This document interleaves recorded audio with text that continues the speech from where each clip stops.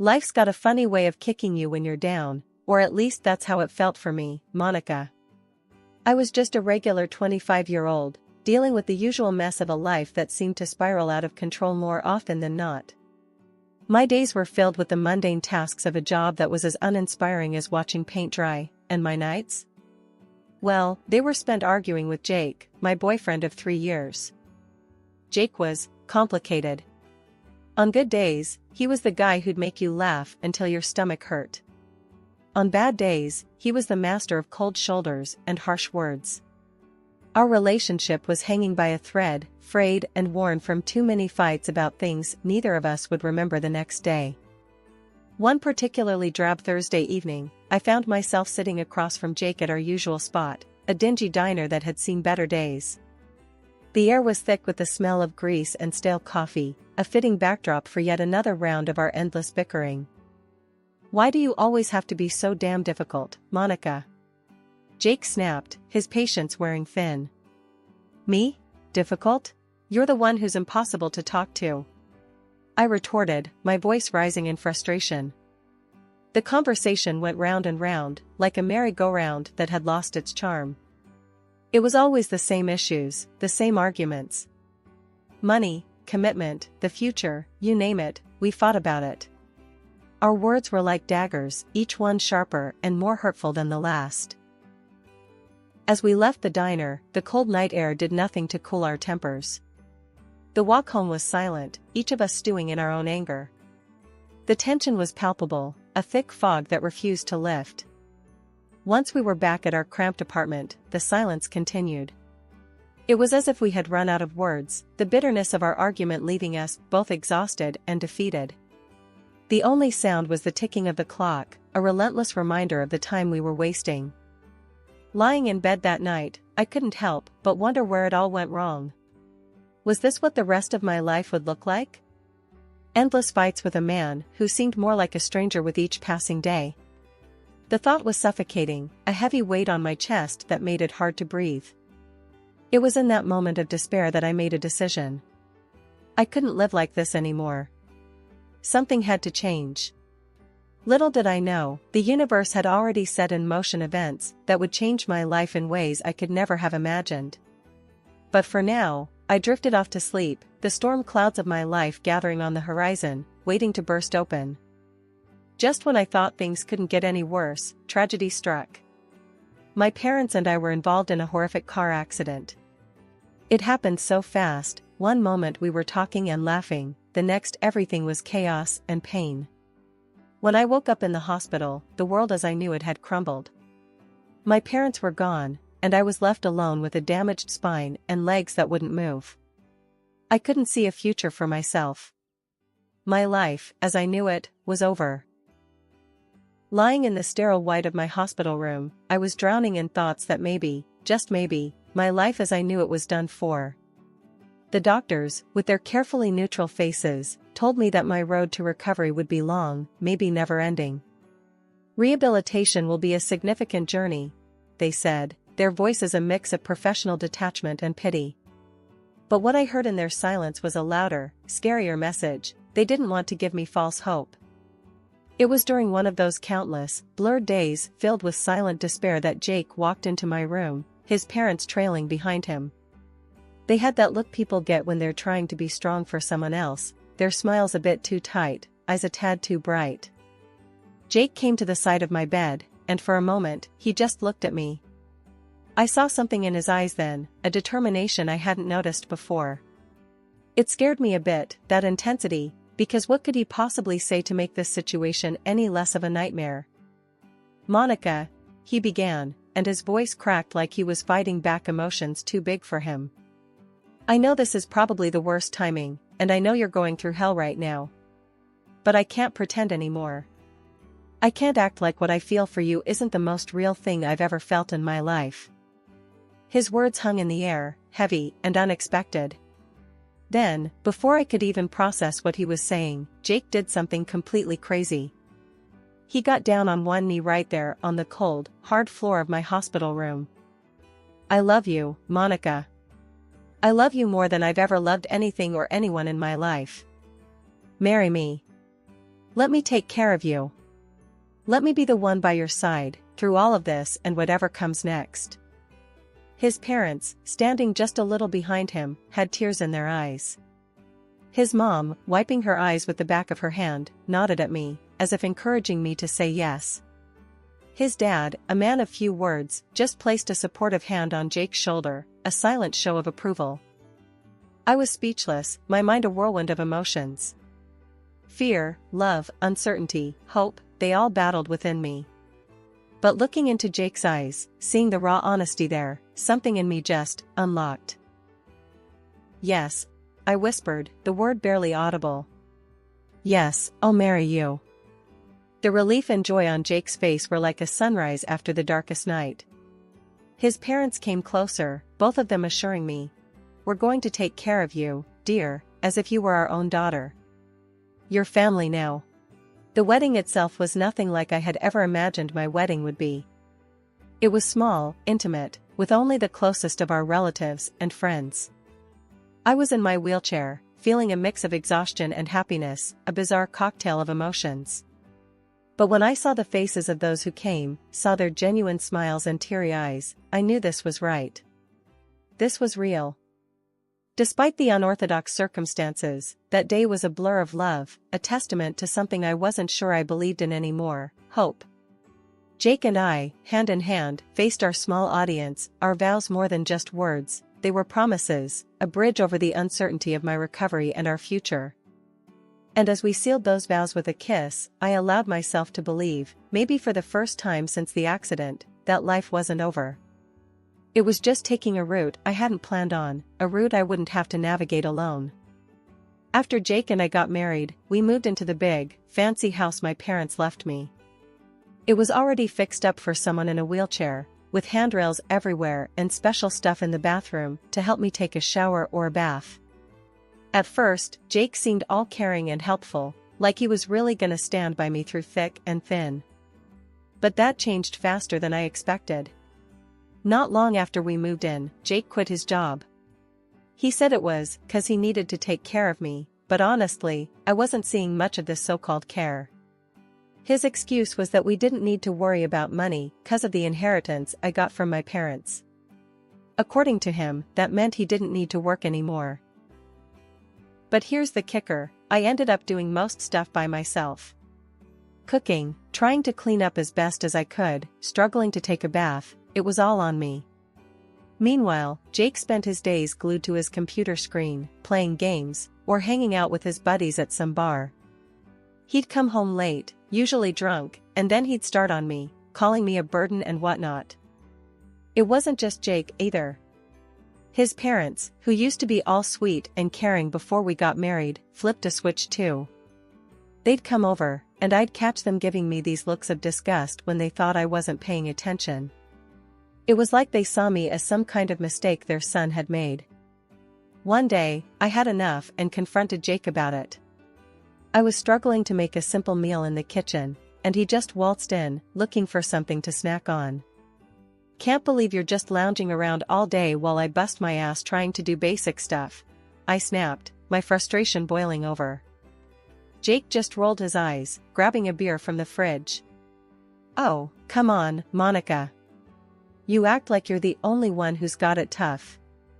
I gave up my job for you, remember? Gave up your job? Please, you've made that into some kind of noble sacrifice.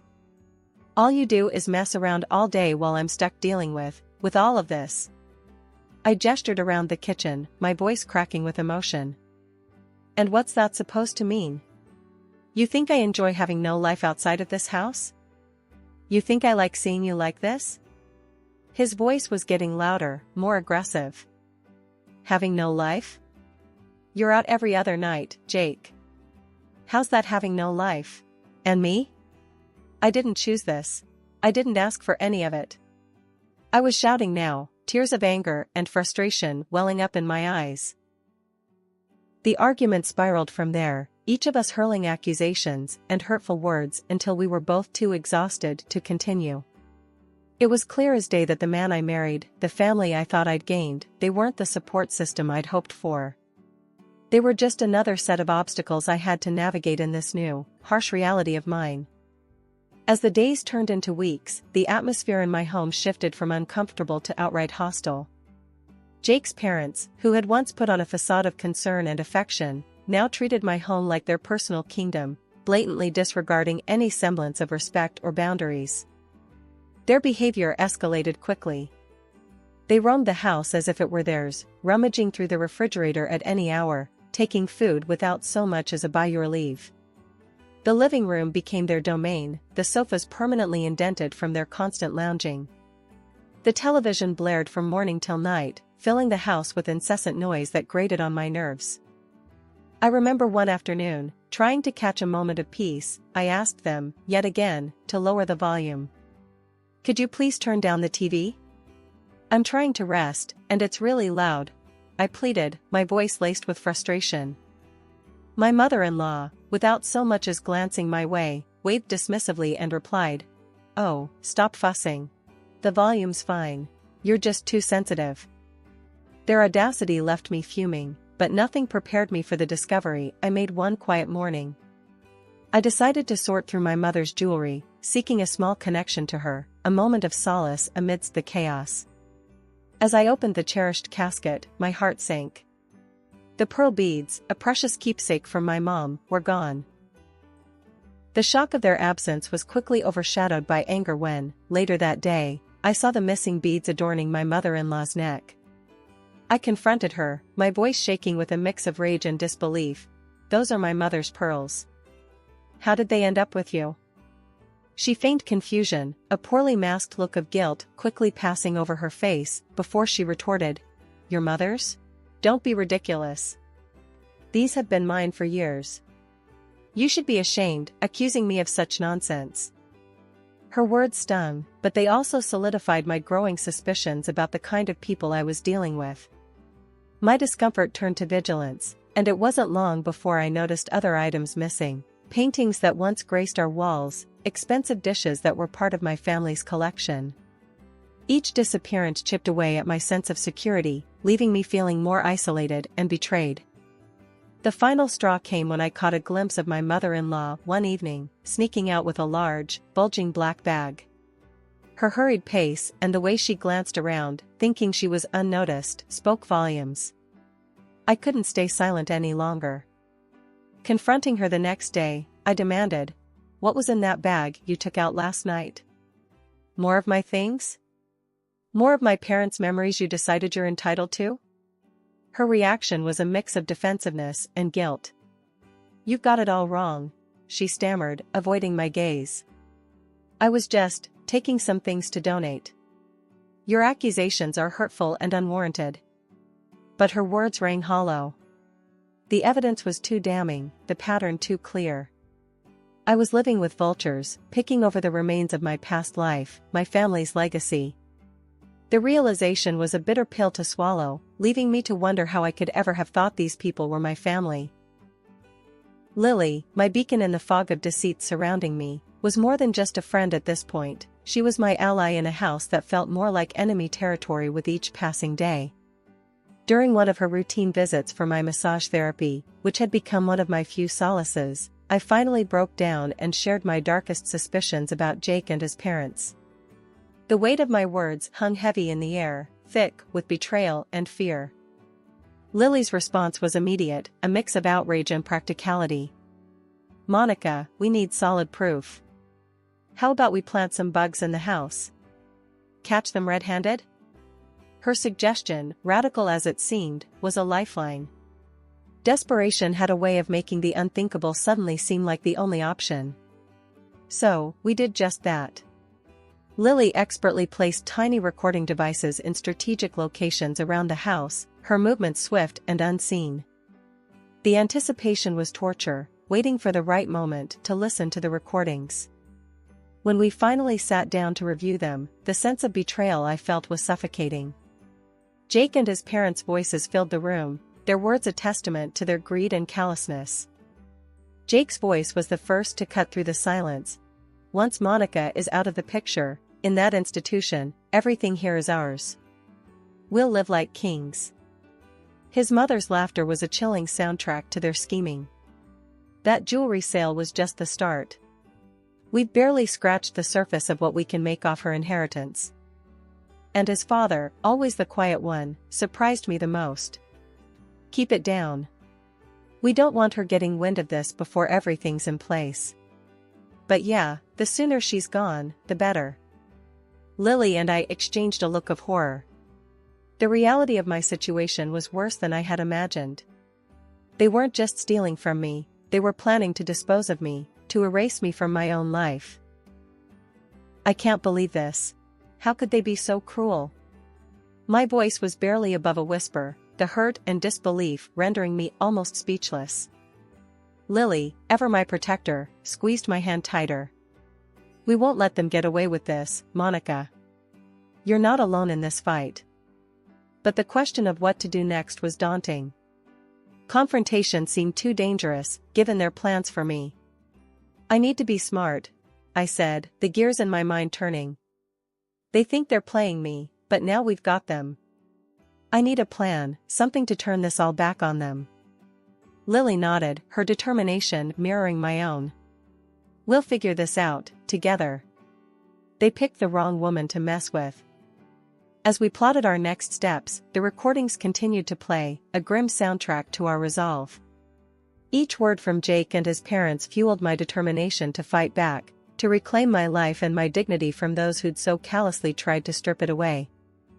The dinner table that night felt more like a stage for a performance nobody wanted to attend. Jake and his parents, acting as though nothing was amiss, exchanged glances loaded with unspoken words. Their feigned ignorance was almost insulting. As we sat there, the chasm between us couldn't have been wider. I couldn't shake the feeling of betrayal, the sting of their deceit cutting deeper with every secretive look they shared. Fueled by a mix of hurt and defiance, I turned to Jake, my voice steady despite the turmoil inside. Jake, look at me, I said, waiting until I had his full attention, his eyes finally meeting mine. Do you love me? Truly? His reaction was a beat too slow, his smile too forced. Of course, I do. You're my wife, he replied, the words sounding rehearsed, empty. That smile, meant to reassure, only served to confirm my suspicions. I smiled back, a hollow mimicry of his, a silent acknowledgement of the lies that hung between us. Waking up to find the ramps gone was like waking up to a nightmare.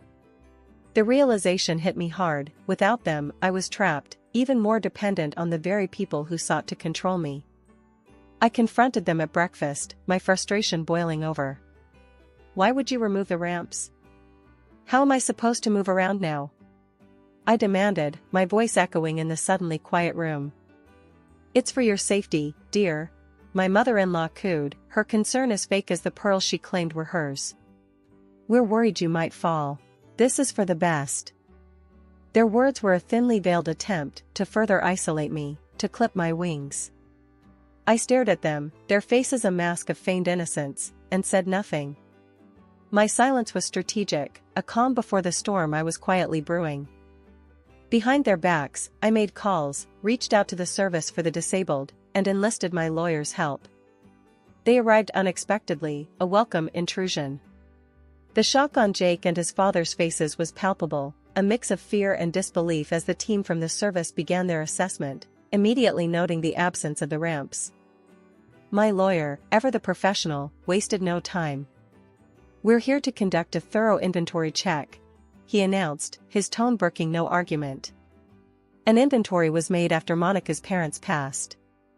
We're going to verify that everything is as it should be. As the meticulous inventory unfolded, the stark reality of betrayal became increasingly apparent. My lawyer, a steadfast presence amidst the chaos, meticulously checked off each item against his exhaustive list, his professionalism a stark contrast to the emotional turmoil swirling around us. The absence of my mother's jewelry, my father's collection of expensive suits, the missing paintings that once adorned the walls with history and culture, antique dishes that were family heirlooms. Each missing item was a wound, a testament to the depth of deceit I was surrounded by. The in-laws, once so adept at weaving a facade of concern and familial warmth, found themselves cornered by the irrefutable evidence of their greed. Their initial shock quickly gave way to a desperate attempt at salvaging whatever they could from the situation. Tears streamed down my mother-in-law's face as she turned to me, her voice quivering. "We're so sorry, dear. It all just got out of hand. Please, can't we move past this?" Her husband, my soon-to-be ex-father-in-law, echoed her sentiment, his voice breaking under the weight of his guilt. "We never meant to hurt you. It was greed, foolishness. Please forgive us." But the time for forgiveness had long passed. I faced them, the weight of their betrayal heavy on my heart, yet my resolve unwavering. "Forgiveness? After everything you've done? You didn't just steal things, you tried to steal my dignity, my independence," I countered, my voice steady and strong. Turning to the police officers, I presented them with the inventory results and the recordings, undeniable proof of the in-laws' deceit. "These are the people you're looking for," I said, the finality in my voice marking the end of this chapter of my life. The court proceedings were swift, the evidence overwhelming. The judge's gavel sealed their fate, sentencing them for their crimes, mandating the return of what could be salvaged from their thefts, and compensating for what could not. Watching them face the consequences of their actions, a mix of relief and sorrow washed over me. Justice had been served, but at what cost? Divorcing Jake was a liberating, if painful, process. I also pursued compensation for the mistreatment, a legal acknowledgement of the suffering they had inflicted. Throughout the legal battles, my voice never wavered, my testimony a cathartic release of all the pain and betrayal I had endured. In the end, sitting in a wheelchair on the steps of the courthouse, a sense of closure enveloped me. The journey had been harrowing, a test of my resilience and strength. As I look back on the tumultuous journey I've endured, it's hard not to feel a sense of pride mingled with disbelief. The road to recovery was fraught with uncertainty, yet here I am, making strides, both literally and metaphorically, that once seemed out of reach. My legs, which doctors feared might never regain their strength, are now carrying me forward, step by tentative step. The sensation of pebbles under my feet, a once mundane experience, now fills me with an overwhelming sense of victory. "Your progress is nothing short of remarkable," my doctor told me during a recent visit, his voice tinged with genuine astonishment. It was a far cry from the cautious optimism he offered in the early days of my rehabilitation. Reconnecting with my friends has been a lifeline, their unwavering support a constant reminder that I'm not alone in this fight. "We're here for you, no matter what," they assure me, their words a balm to the scars left by betrayal. Jake, the man I once believed would stand by me through thick and thin, has become a distant, almost pitiful figure. Stripped of the financial windfall he so greedily anticipated, he now scrapes by, his calls and apologies a desperate attempt to claw back into my life. "Can't we just put all this behind us? Start fresh?" he pleads, his voice a mix of desperation and hope. I can't help but laugh, the sound rich with scorn and liberation. "Start fresh? With you?" I reply, my voice steady and confident. "That's a chapter of my life I've happily closed. You're just a footnote now." The flowers he sends, a pathetic attempt at reconciliation, find their way straight into the trash. "You think a few roses can erase your betrayal?" I scoff, discarding them with ease. They're a reminder of what I've overcome, not of what I've lost. In the midst of navigating this new normal, I've discovered a passion I never knew I had. Painting has become my sanctuary, a way to express the whirlwind of emotions that accompany my journey. An easel and a set of paints are now my most cherished possessions, allowing me to bring memories of my parents to life and to capture the beauty of the world around me. "This is how I heal," I explain to anyone who asks, my brushstrokes a testament to my resilience. "My transformation is not just physical, it's a rebirth of my spirit. They thought they could break me, but I'm stronger than I've ever been," I declare, with newfound determination. My story, once overshadowed by the actions of those who sought to exploit me, is now a narrative of triumph, a reminder that even in our darkest moments, there is light to be found. This chapter of my life, while born from pain and betrayal, is defined by growth, resilience, and the unwavering belief in the possibility of a new beginning. I am not the same person I was before. I am stronger, wiser, and ready to face whatever comes next with grace and courage.